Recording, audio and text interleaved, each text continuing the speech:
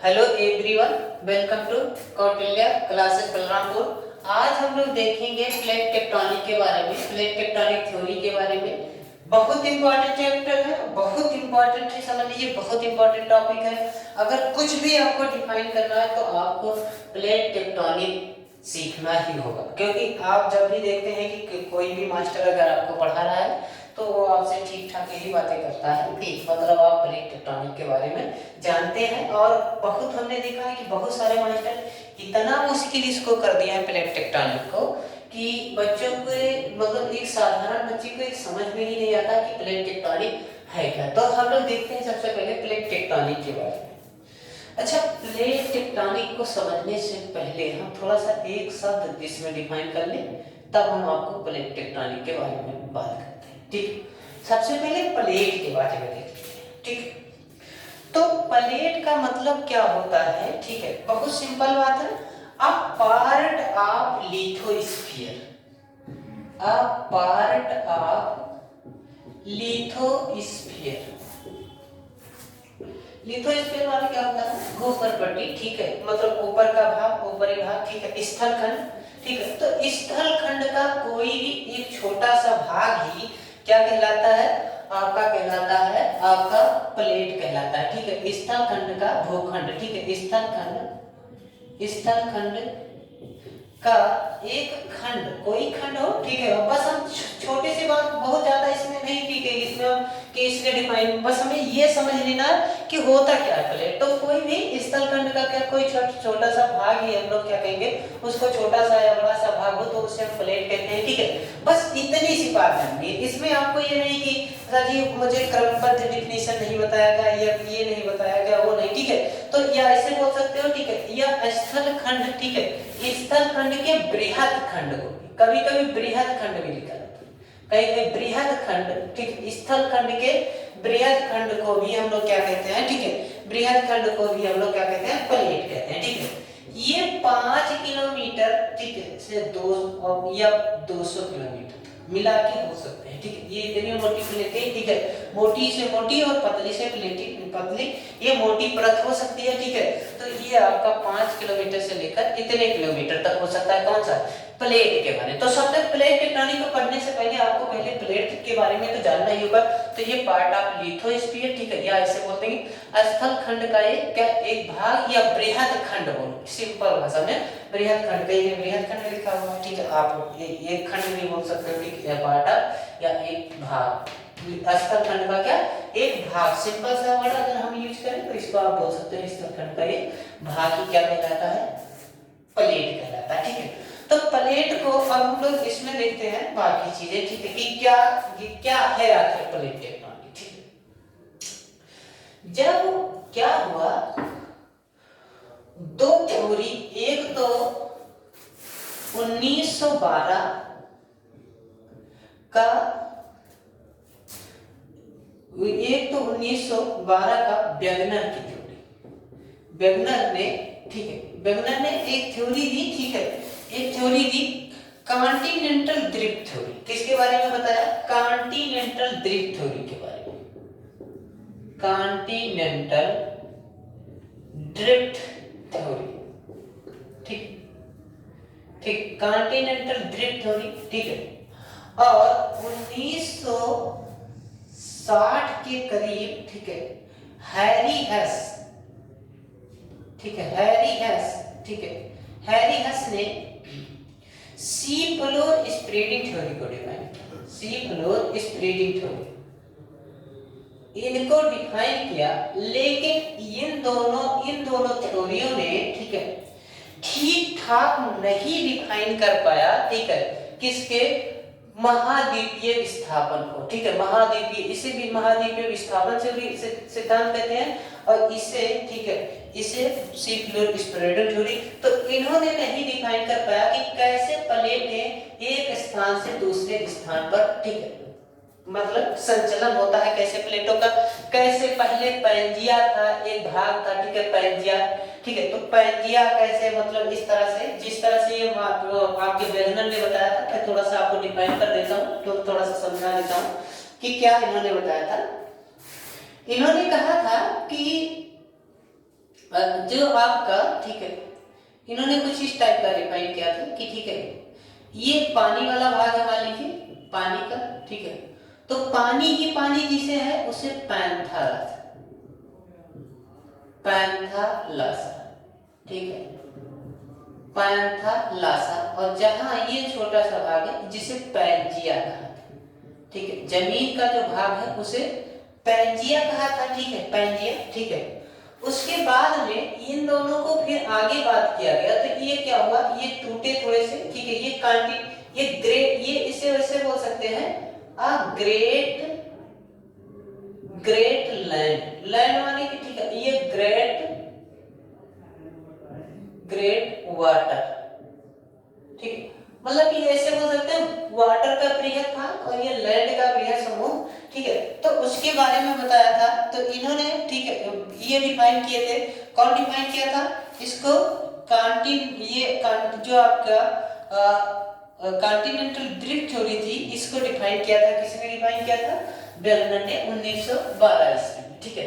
तो इन्होंने फिर आगे क्या बताया पैंजिया के बारे में, फिर इन्होंने कहा कि कुछ समय के पश्चात क्या हुआ, इनके भाग टूट गए बीच से, ठीक है। तो बीच से जो टूट गए तो कुछ इस टाइप का, कुछ इस टाइप के ये टूट गए, ठीक है। तो ये दो भाग में टूट गए, ठीक है। ऊपर वाले भाग को, ठीक है, एक भाग को अंगारा लैंड, ठीक है, एक भाग को अंगारा लैंड और एक भाग को गोंडवाना लैंड बोला गया, गोंडवाना लैंड, ठीक है। अंगारा लैंड और गोंडवाना लैंड और बीच में था तेथिस सागर, ठीक है, अंगारा लैंड और गोंडवाना लैंड, ठीक है, ये अंगारा लैंड और गोंडवाना लैंड, और बीच में था क्या, बीच में था तेथिस, ठीक है। अब इसको इन्होंने कहा कि फिर इसमें ढेर सारे बल लगे, ठीक है, जैसे उत्प्लावक बल हुआ, ठीक है, इन्होंने बताया कि उत्प्लावक बल कार्य करता है, या इसमें गुरुत्वाकर्षण बल बात किए, ध्रुवीय बल बात किए, ध्रुवीय प्लवनशीलता, ठीक है। तो इसमें बहुत सारे बल बात किए, लेकिन इन्होंने गुरुत्वाकर्षण बल, पृथ्वी का, सूर्य का, इन सब का बात किया, बहुत सारी चीजों के बारे में बताया। फिर इसके बारे में बताया कि ये कई भाग में टूट गए और ये कई भाग, लेकिन ऐसा कुछ नहीं, ये सब क्या हुआ, इनकी सबकी थ्योरी बाद में क्या हो गई, इनको मतलब ये सब थ्योरी मतलब ठीक ठाक डिफाइन नहीं कर पाई। उसके बाद में इन सभी थ्योरियों को मिलाकर एक थ्योरी बनाई गई, और इसी तरह से ये सी फ्लोर स्प्रेडिंग थ्योरी की, मान लीजिए वोल्केनो आता है, तो जिस तरह से हम समुद्र मतलब जैसे जमीन का सतह है, वैसे किसका सतह होता है, समुद्र का सतह है, वहां पर क्या होता है, वोल्केनो आता है, वहां पर पर्वत पठारी ये सभी निर्माण होते हैं, तो उसके बारे में बताया, लेकिन ये ठीक ठाक डिफाइन नहीं कर पाए इनके मतलब किस तरह से ये महाद्वीप बने, ठीक है। लेकिन इन्होंने बताया था कि ठीक ये पैंजिया है, पैंथालासा है, इन सब के बारे में बताया था बेलनर ने, ठीक है। अब प्लेट टेक्टोनिक के बारे में, तो प्लेट टेक्टोनिक बहुत इंपॉर्टेंट चैप्टर है, तो थोड़ा सा समराइज कर दिया है कि आप वेगनर के बारे में थोड़ा सा जानें और हाइरिंगस के बारे में थोड़ा सा जान लीजिए, ठीक है। क्या बताया था भाई इन्होंने, ये बहुत इंपॉर्टेंट है, इसको अच्छे से जानना है, ठीक। तो इनमें क्या होता है, इन दोनों तीनों थ्योरियों को मिला दिया गया, कौन कौन से, कॉन्टिनेंटल ड्रिफ्ट थ्योरी और आपका जो सी फ्लोर स्प्रेडिंग थ्योरी है, ठीक है, और इसी में एक और थ्योरी मिलाया गया था, ठीक है, एक वो पूरा चुंबकत्व का अध्ययन जो है उसको भी मिला दिया गया। तो इसके बारे में इसको ये किसी एक वैज्ञानिक का भाई देन नहीं है, ठीक है, इसमें कई वैज्ञानिक अब मिलकर, ठीक है, स्टडी किए 1967 ईस्वी में, ठीक है। इसमें 3-4 वैज्ञानिक खास थे, तो उनका हम लोग देखते हैं, ठीक है। पार्कर थे, मैकेंजी थे, पार्कर, मैकेंजी, और एक और वैज्ञानिक थे, ठीक है, मार्गन, ठीक है। इन लोगों ने सामूहिक स्टडी किया किसके बारे में, प्लेटों के बारे में, और कुछ तथ्य निकाले। क्या तथ्य निकाले, क्या प्लेटों के बारे में अध्ययन किया, उसके बारे में हम लोग थोड़ा सा स्टडी करते हैं, ठीक है, ठीक है। तो उन्होंने प्लेटों के बारे में, प्लेट हमने बता दिया कि क्या होता है, ये पार्ट ऑफ द लिथोस्फीयर। इन्होंने प्लेटों के बारे में अध्ययन किया और क्या बताया, ध्यान से देखिएगा, ये पहले एग्जांपल को आप लोग ठीक ठाक समझ लीजिए, ठीक है। आप एक एग्जांपल लीजिए कि ये मान लीजिए कि ये बाल्टी है, ठीक है, एग्जाम्पल के तौर पर यह एक कोई भगोना है, ठीक है, बाउल है, ठीक है। इसमें क्या है, ये मान लीजिए वाटर है, ठीक है, वाटर, ये वाटर है, वाटर, और इसमें हमने क्या किया, कुछ बर्फ के टुकड़े लाकर डाल दिए, ठीक है। इसको हमने आइस, आइस है ये हमारा, और ये हमारा वाटर है, ठीक है, पानी है, ठीक है, ये पानी है और ये बर्फ है और ये हमारा भगोना है, ठीक है। ध्यान दीजिएगा, इन्होंने क्या कहा, कहा कि इसमें ये क्या कारण है कि जो बर्फ है वो पानी की सतह पर तैरता है, ठीक है। इन्होंने कुछ फैक्ट निकाल के बताए और उन्हीं फैक्टों के आधार पर हम समझेंगे कि प्लेट कैसे पानी पर तैरते हैं, ठीक है। तो इनमें आपको दो चीजें याद रखनी है, ठीक है, आपको दो बातें याद रखनी है मेन। एक तो स्टेट पर विशेष ध्यान देना है, स्टेट माने, ठीक है, उसकी अवस्था कैसी है, ठीक है, अवस्था पर ध्यान देना। दूसरा बात करना है डेंसिटी पर। क्या बात करना है, डेंसिटी, घनत्व पर। हमें दो चीजें बहुत ध्यान देना है, ठीक है, इन वाटर और आइस की, और उसके आधार पर हम लोग सॉरी उसके आधार पर हम लोग देखेंगे कि ये कैसे तैरता है, ठीक है। तो इसमें सबसे पहले हम लोग देख लेते हैं, ठीक है, कि ये कैसे फ्लोट होता है। तो सबसे पहले देखिए ध्यान से, तो आइस की अगर हम बात करें स्टेट में, सबसे पहले आइस की अगर हम बात करें तो ये सॉलिड स्टेट में, किस स्टेट में है, सॉलिड स्टेट माने ठोस अवस्था में, ठीक है। अगर हम लोग वाटर की बात करें तो, ठीक है, तो वाटर की अगर बात करें तो ये लिक्विड अवस्था में, किस अवस्था में है भाई, लिक्विड अवस्था में, ठीक है। तो एक तरफ हम लिख लेते हैं आइस और एक तरफ लिख लेते हैं वाटर, या इधर ही लिखते हैं, ठीक है। तो ये किस अवस्था में है, सॉलिड स्टेट में है, और ये किस स्टेट में है, तो ये है आपका लिक्विड स्टेट में। किस स्टेट में है, लिक्विड स्टेट। सेकेंड बात करें डेंसिटी की, ठीक है। तो हमने मान लीजिए एक का डेंसिटी रो मान लिया, ए की डेंसिटी d2, ये ऐसे न माने तो इसके लिए सॉरी रो ना लिखें, d1 और d2 लिख दीजिए, तो ठीक है, d1 इसके लिए यूज कर लीजिए और d2 इसके लिए। इसकी डेंसिटी की अगर हम बात करें तो इसकी जो डेंसिटी होती है वो होती है 0.97 ग्राम प्रति सेंटीमीटर क्यूब। कितना होता है, 0.97 ग्राम प्रति सेंटीमीटर क्यूब। कितना होता है, 0.97 ग्राम प्रति सेंटीमीटर क्यूब। और इसकी जो डेंसिटी होती है, इसकी डेंसिटी यहाँ पर देख लीजिए, आइस की 0. इतना ग्राम पर सेंटीमीटर क्यूब, और इसकी डेंसिटी लगभग 1 के बराबर ग्राम पर सेंटीमीटर क्यूब। तो यहाँ डेंसिटी आप देख लीजिए 1.0 ग्राम प्रति सेंटीमीटर क्यूब, इतनी डेंसिटी होती है भाई, ठीक है। अब आप खुद देख कर बता सकते हो कि कौन सा, ये इन दोनों में देख लीजिए तो कौन भारी है और कौन हल्का है। तो जाहिर सी बात है, वाटर जो है वो आपका क्या है, हैवी, हैवी दिख रहा है हैवी, ठीक है, ये हैवी है। और ये आपका क्या दिख रहा है, ये आपका दिख रहा है, ठीक है, लाइट, लाइट माने हल्का, ठीक है, ये हल्का है, ठीक है, ये हल्का है, और ये आपका क्या है, भारी। अच्छा, भारी और ये हल्का, तो अब आप बताइए कौन किस पर तैरेगा, भारी चीज पर हल्की चीज क्या होती है, तैरती रहती है। यह फैक्ट इन लोगों ने प्रस्तुत किया, ठीक है, यह फैक्ट प्रस्तुत किया कि भारी चीज पर हल्की चीज क्या होती है, तैरती रहती है, ठीक है, तैरती रहती है। और इस आधार पर इन लोगों ने फैक्ट निकाला। अब क्या हुआ भाई, इसमें आ जाइए थोड़ा सा, हम लोग देखते हैं अपने मेन, ठीक है। इतने इस चीज को याद रखिएगा कि कैसे भारी चीज हल्की चीज पर तैरती रहती है, ठीक है। अब आप लोगों ने पृथ्वी के आंतरिक संरचना पढ़ी हुई होगी, ठीक है, पृथ्वी की आंतरिक संरचना, ठीक है। पृथ्वी की जब आंतरिक संरचना पढ़ी होगी तो इसमें आप लोगों ने देखा होगा, ठीक है, इसमें आप लोगों ने देखा होगा इसके 3 पार्ट होते हैं, क्रस्ट, मेंटल और कोर होते हैं, ठीक है। सॉलिड होता है, सॉलिड और लिक्विड दोनों मिला के होता है, लेकिन हम लोग लिक्विड मानते हैं, सब लोग बहुत लोग, ठीक है, लिक्विड मानते हैं। और ये होता है सेमी सॉलिड, ठीक है, क्या होता है, सेमी सॉलिड, ठीक है। सॉलिड, सेमी सॉलिड, ठीक है। तो ये आपका, ठीक है, सेमी सॉलिड, ये आपका सेमी सॉलिड, और ये भी आपका कुछ पार्ट तो इसमें लिक्विड होता है और ये वाला पार्ट होता है सॉलिड, बीच वाला पार्ट इसके कोर का भी क्या होता है, सॉलिड होता है, ठीक है।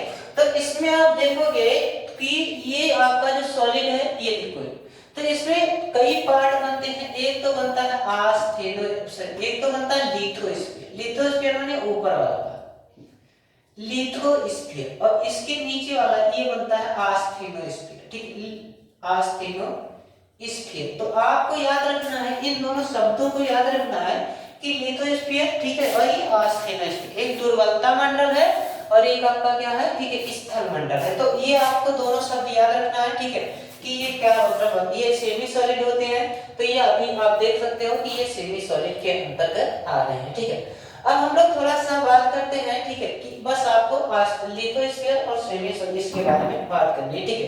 ध्यान दीजिएगा कैसे ये तैरते हैं प्लेट, इनके बारे में बात करते हैं, कैसे ये तैरते हैं, ठीक है, उसके बारे में चर्चा करते हैं।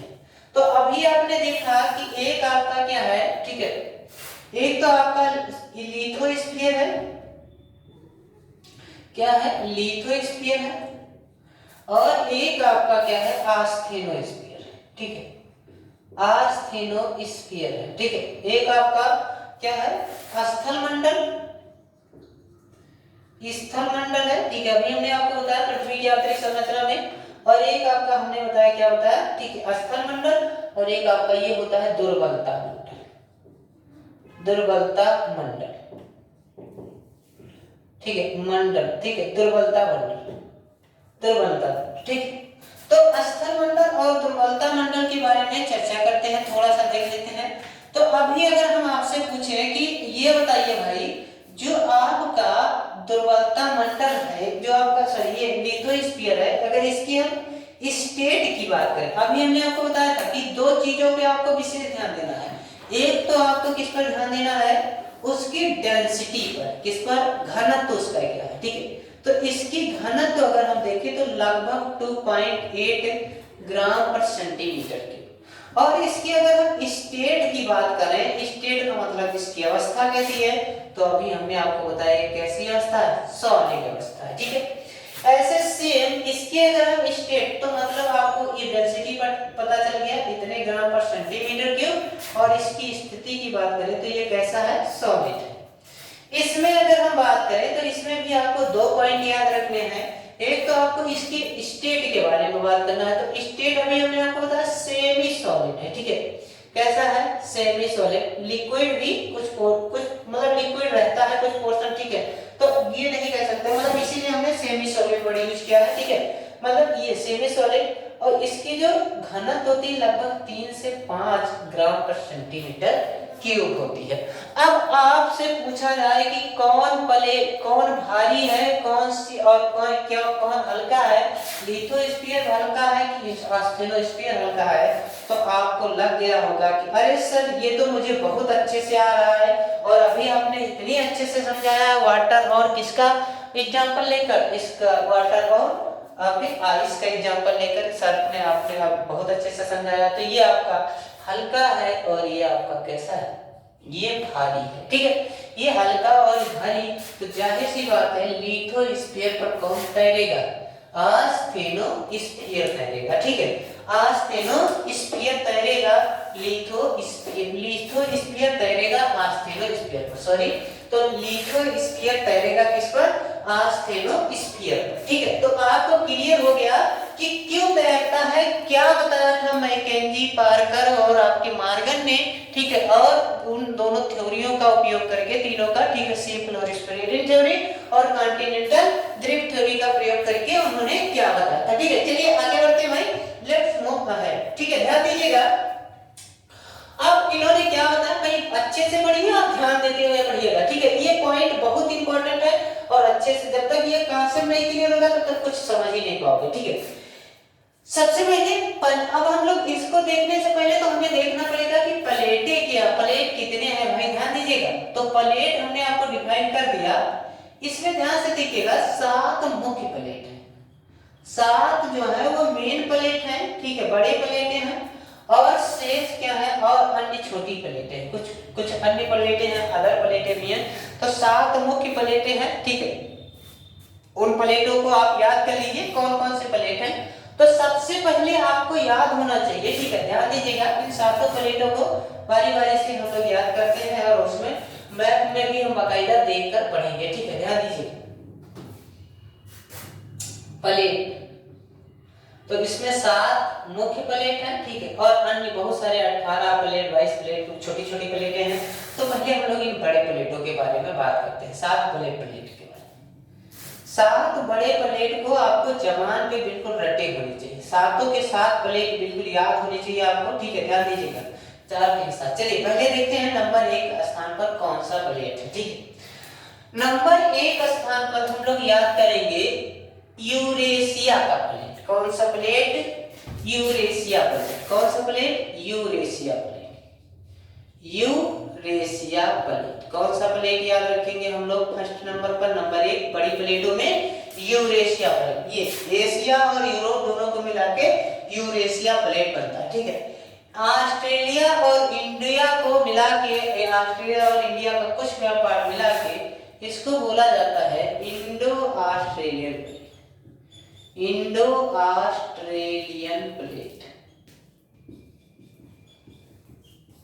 Indo Australian plate. Indo Australian plate, ठीक है।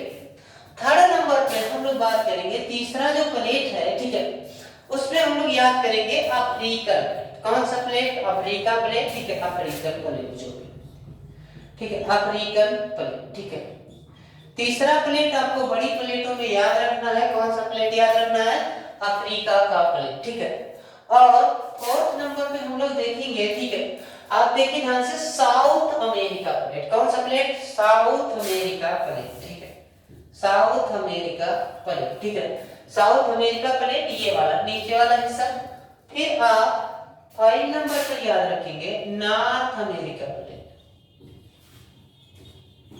नॉर्थ अमेरिका प्लेट, ये आप याद रखोगे, ऊपर वाला ये हिस्सा सब नॉर्थ अमेरिका प्लेट है, ठीक। उसके बाद में 6 नंबर पर आप याद रखोगे पैसिफिक प्लेट, प्रशांत महासागरीय प्लेट, पैसिफिक ओशियन, ठीक है, पैसिफिक प्लेट, महासागरीय, प्रशांत महासागरीय प्लेट, ठीक है, पैसिफिक प्लेट। और आप एक और याद रखोगे 7वें नंबर पर, और उस प्लेट का नाम है अंटार्कटिका प्लेट। अंटार्कटिका प्लेट, ठीक। तो ये 7 प्लेट आपको बाकायदा मैप में, ठीक है, याद होने चाहिए अच्छे से। अगर आपको प्लेटें याद हो गई तो फिर आपको चीजें समझने में बहुत आसानी होगी, ठीक है। मान लीजिए आप कुछ भी बात कर रहे हैं, ठीक है, कैसे पर्वतों का उत्थान हो रहा है, कैसे पठार बन रहे हैं, कैसे क्या हो रहा है, तो वो आपको अच्छे से समझ में आएगा। लेकिन उससे पहले आपको प्लेटों के बारे में ठीक ठाक जानकारी होनी चाहिए। मैं ये उम्मीद करता हूँ कि आपको समझ में आया होगा, लेकिन फिर से आप लोग एक बार फिर से समझिए। तो यूरेशियन प्लेट, दूसरा इंडो ऑस्ट्रेलियन प्लेट, तीसरा अफ्रीका प्लेट, चौथा north America, south America plate, north America plate, Pacific plate, ये पैसिफिक ओशियन प्लेट, और ये आपका क्या है? ये आपका है अंटार्कटिका प्लेट। एक बार फिर से रिवाइज कर लीजिए, ठीक है। पहले आपका क्या है? आपका है यूरेशिया प्लेट, ठीक है, Indo Australia plate, Africa plate, north south America, ठीक है, south America plate, north America plate, ठीक है, आपका प्रशांत महासागरीय प्लेट, और ये आपका क्या है? ठीक है, ये आपका अंटार्कटिका प्लेट, ठीक है, अंटार्कटिका प्लेट, ठीक है। अब हम लोग इसमें और आगे बात करते हैं, ठीक है, पैसिफिक प्लेट, ठीक है, पैसिफिक प्लेट और आपका अंटार्कटिका प्लेट। इसमें हम लोग कुछ छोटे छोटे प्लेटों के बारे में भी देख लेते हैं, ठीक है। उसको लिखेंगे नहीं, बस आपको एज इट इज याद रखना, ठीक है, कि क्या है छोटी छोटी प्लेटों के बारे में। मैप में आपको याद हो जाना चाहिए, ठीक है, मैप में हम लोग याद कर लेते हैं, ठीक है। सबसे पहले आपको याद करना है जुआंडी फूका प्लेट, ठीक है। जुआंडी फूका प्लेट जो है वो यहाँ पर है, ठीक है, यहाँ पर अलास्का की जो खाड़ी है उसके पास में है जुआंडी फूका प्लेट, ठीक है।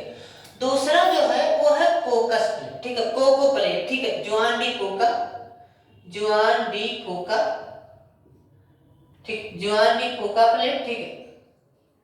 उसके बाद में है आपका जुआंडी फूका, यहाँ पर अलास्का की खाड़ी के पास में, यहाँ पर देख लीजिएगा मैप में, ठीक है। फिर कोको प्लेट, ठीक है, कोको, कोकुस प्लेन लिखा रहता है लेकिन कोको प्लेट पढ़ते हैं, ठीक है, कोको प्लेट। तीसरा आपको रखना है, याद रखना है, नजका, ठीक है, नजका प्लेट, ठीक है, नजका प्लेट, ठीक है। कैरेबियन प्लेट भी है, ठीक है, कैरेबियन प्लेट भी है, ठीक है, कैरेबियन प्लेट, ठीक है, कैरेबियन सागर के पास में कैरेबियन प्लेट। एक है Scotia plate, Scotia plate, Scotia plate, Scotia plate यहां पर है, ठीक है, स्कोशिया प्लेट, ये स्कोशिया प्लेट है, ठीक है, स्कोशिया प्लेट। अब आ जाइए इधर, ठीक है, तो इधर आप याद रखिएगा अरेबियन प्लेट, अरेबियन, अरेबियन माने अरब सागर के पास में है जो, ठीक है, उस ये छोटी छोटी प्लेटें हैं, ठीक है, अरेबियन प्लेट। आपको और याद रखना है इधर से, ठीक है, फिलीपींस प्लेट, ठीक है, फिलीपींस प्लेट, ठीक है, फिलीपींस प्लेट, ठीक है, फिलीपींस प्लेट, ठीक है, फिलीपींस प्लेट। और आपको एक याद रखना है कैरोलिन प्लेट, ठीक है, कैरोलिन, न्यू गिनी के पास में है कैरोलिन, ठीक है, कैरोलिन प्लेट, कैरोलिन प्लेट। तो ये छोटी छोटी प्लेट